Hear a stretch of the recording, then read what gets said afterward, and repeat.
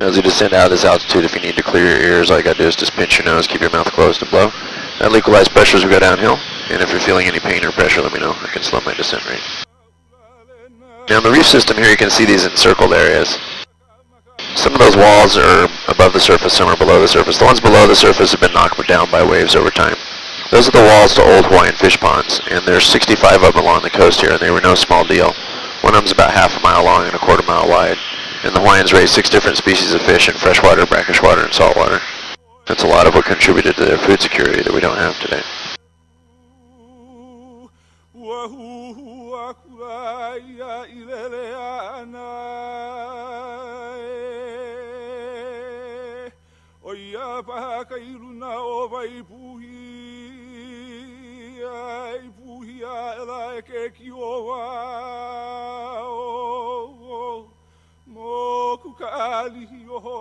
And that was a high quality protein source that took few calories to acquire, but you can see those walls are no small deal.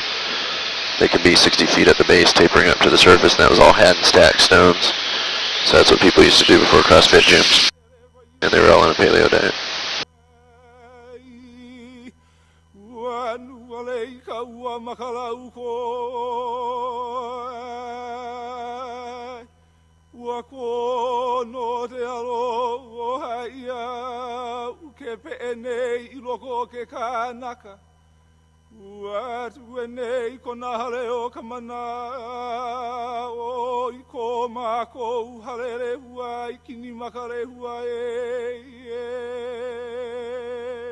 That's our right, you can see the island of Lanai. Lanai is a privately owned island. It used to be owned by the Dole family of Dole Pineapples. It was then bought by David Murdoch, who owned it until about 6 years ago, and it was bought by Larry Ellison, the CEO of Oracle Software. He bought it for $600 million. It sounds like a lot of money, but I guess when you've got $52 billion, it's not that much. So for Larry to buy an island like that, it's kind of like me going out for a Starbucks. It's not a big dent in his pocket. He's going to do some cool stuff, though. He's building a 500-acre research university, a desalinization plant, a LEED-certified sustainable energy hotel, putting in some organic orchards and farms, and all future development there will have to be done along certain sustainability guidelines. So it's kind of cool.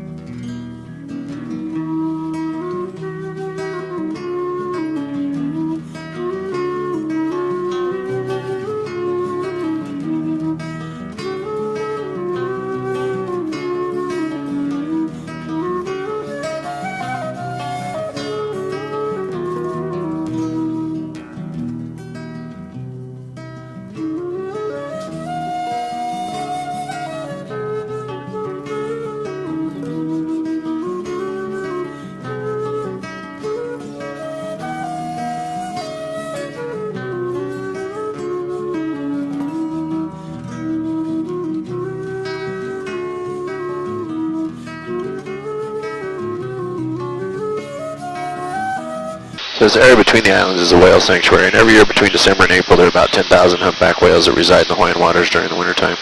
That's half of the North Pacific population. There are 3 main groups of whales in Alaska that converge here in Hawaii to come here to give birth to their calves.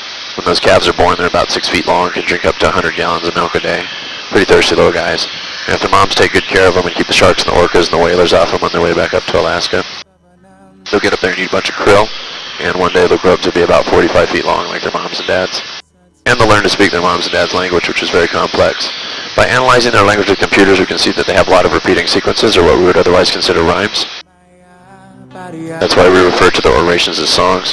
And those songs can last up to about 4 hours, and every year that they come back to Hawaii from Alaska, they have an additional segment on their song. So it's kind of a continuation of their story, of their oral history.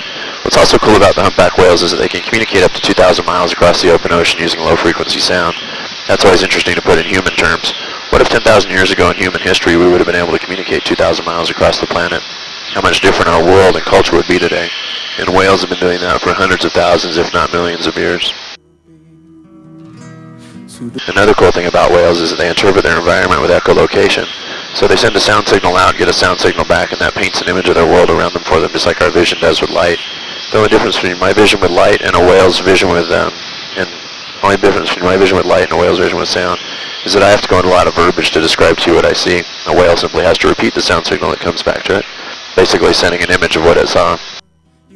So whales are awesome. They've had global communication longer than us. They had Tailbook before we had Facebook, and they can fax. So we know they're pretty intelligent. So give up your attachment and give up your confusion and fly to that space that's beyond all illusion. Now to our left again, Kapalua, the Napili Shores, then Kahana, Honokovai, and then straight ahead of us is Ka'anapali Beach. That's where the Sheraton and Westin and Marriott and Hyatt are. The Sheraton's on Black Rock, and Black Rock's a fun place to jump off the rocks. It's about a 33-foot jump. And fly to that space that's beyond all illusion.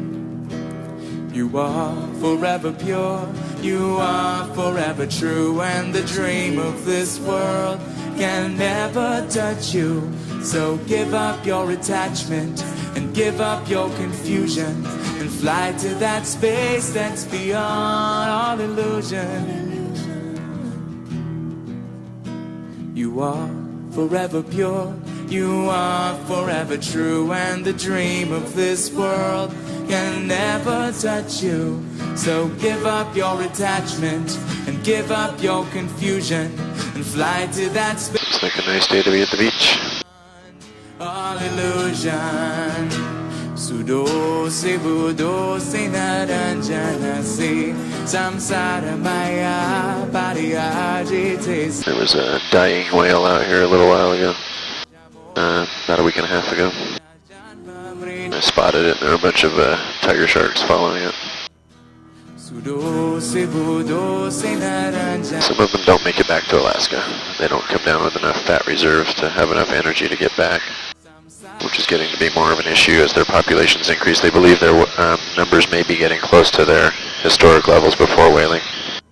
And so there's more feeding pressure up in Alaska. So the ones that don't have enough energy to come down here won't make the journey. The ones that are foolish enough to do don't make it back up. And they're coming later and leaving earlier, which also means that their babies aren't as mature by the time they get up to Alaska, which means they may be falling victim to orcas, which is the whole reason they come down here, is to escape the predation of orcas. It's interesting to watch the natural cycles of, sort of population maximums.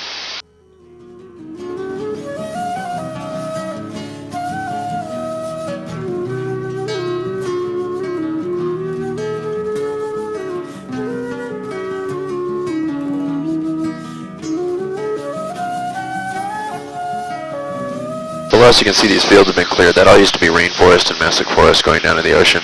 Those fields are cleared to grow sugarcane and pineapples. They quit growing pineapples here about 6 years ago, sugarcane about 16 years ago. Still growing some coffee out to our left, but otherwise these fields are fallow, which is kind of crazy when you consider that we have 3 to 5 days worth of food on the shelves. So there's a big move towards more sustainable farming here, kind of driven by the local organic farming community. They've done some test plots of